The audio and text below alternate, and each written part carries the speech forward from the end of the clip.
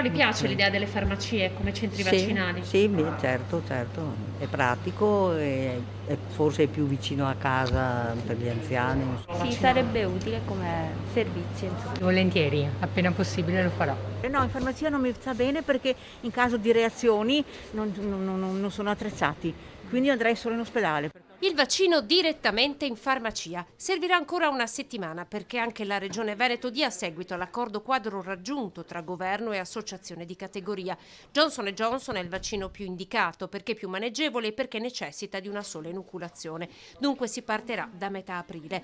Poi, per dare attuazione all'accordo è necessario che i farmacisti frequentino un corso online e che si predisponga uno spazio consono all'inoculazione e all'attesa dei famosi 15 minuti dopo la somministrazione.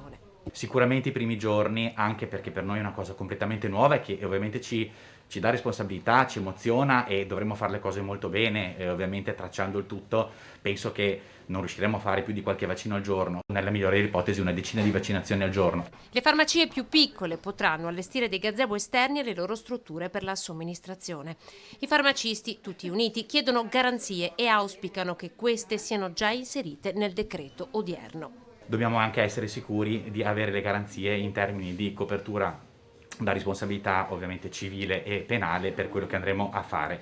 Sicuramente le farmacie si sono rese subito disponibili per questo tipo di attività perché capiamo l'importanza in una situazione pandemica di essere vicini al cittadino. Saranno le singole farmacie a decidere se aderire o meno perché l'accordo non è obbligatorio.